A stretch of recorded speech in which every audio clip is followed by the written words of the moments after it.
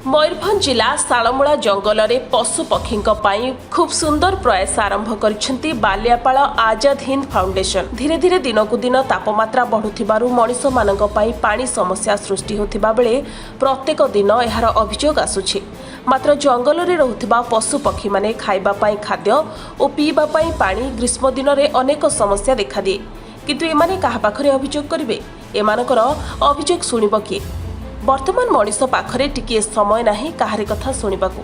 व्यस्त बहुल समयरु किछि समय बाहर करी निज घर छात उपरे किंबा आजाद हिंद फाउंडेशन तरफरु जंगल रे रहुथिबा पशु पक्षी मानक पई किछि खाद्य सहित पानीर व्यवस्था करा जाउछि।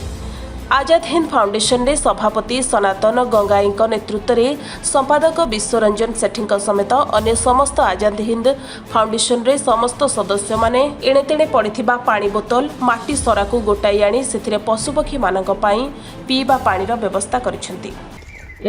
आजाद हिंद फाउंडेशन रो लक्ष्य होची समाज सेवा करबा एवं असहाय गरीब लोकन को सहायता देबा आमर लक्ष्य।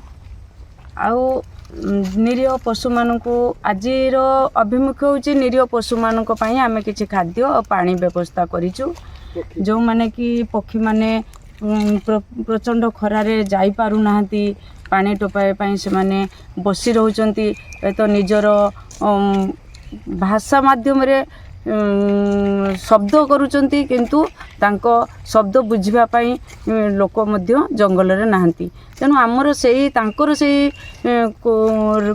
केलिकल राब रो स्वर को आमे बुझी तांको किछि खाद्य एवं पानी दबु। ए प्रचंड खरारे से माने शांति रे डाळे रे बसी खाइबे। ये पात्र माध्यम रे गछरे लगेकी जंगल रे लगेकी तांको खाइबा को दवार खरा दिन रे एक छोट प्रयास करा जायछि।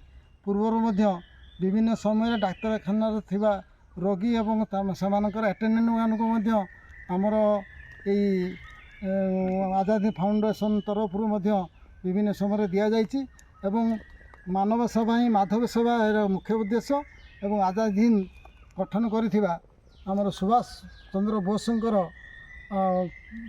अनुप्रेरणा रे यही सभा आमर यही कार्यक्रम आरंभ होइछि एवं आगामी दिन में आमर उद्यम आहरी अनेक संख्यार सदस्य बढ़िबे एवं आगामी दिन में आहरी एमती कार्यक्रम सब आमर चालू रहिबो एवं मते उपदेष्टा भाव से माने मानि नैथिबारु मु निजको कृत धन्य माने करूछि। बस्तारु Jayant Kumar Behera report, Sunstar TV.